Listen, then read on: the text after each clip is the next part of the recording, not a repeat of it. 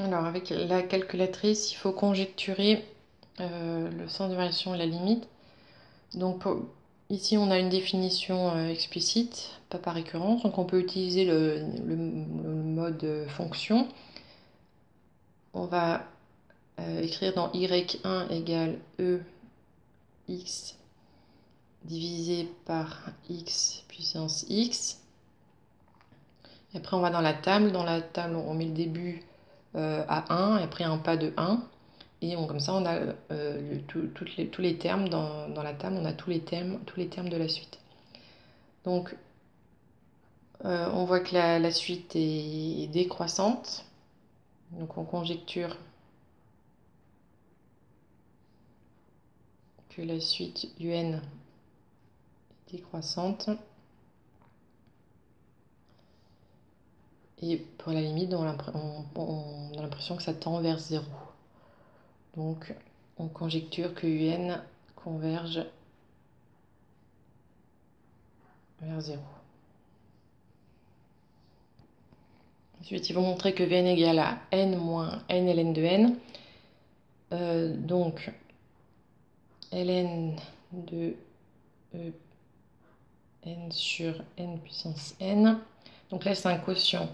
Donc, ln de a sur b, c'est égal à ln de a moins ln de b. Donc, ça fait ln e puissance n moins ln n puissance n. Donc, ln e puissance n, ça fait juste n. Et ici, quand on a une puissance avec ln, donc il y a une propriété qui nous dit qu'on peut, mettre la puissance devant. Donc c'est quand on a ln de a puissance n, c'est égal à n ln de a. Donc là, ça fait moins n ln de n. Et là, on a directement ce qu'on voulait.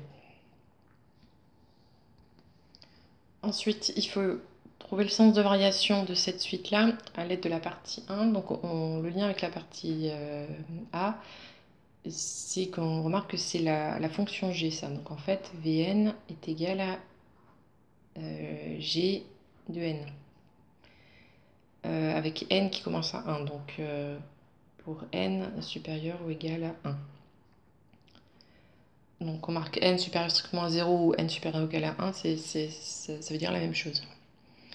Donc quand on a une suite de ce type-là définie de manière explicite, c'est-à-dire en fonction de n, il suffit d'étudier les variations de la fonction g et la suite aura exactement les mêmes variations que la fonction g. Par exemple, si on a une fonction qui est croissante comme ça, par exemple, si on a ce type de définition, donc ça par exemple c'est une fonction f, et on a une suite un égale à f de n. Donc la suite, donc,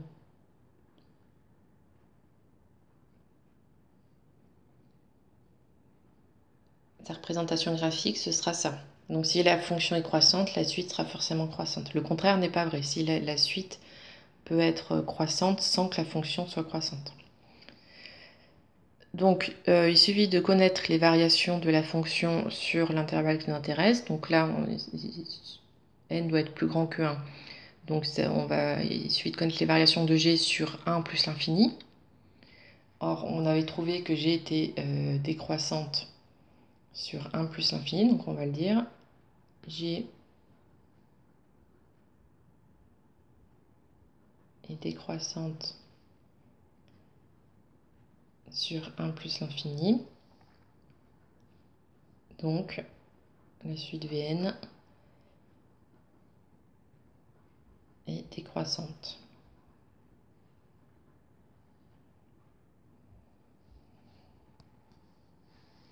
Donc ici, pour une suite, on ne met pas décroissante sur quelque chose. Hein. C'est uniquement pour les fonctions. Il faut toujours dire décroissante sur un intervalle. Pour les suites, on dit juste croissant ou décroissant.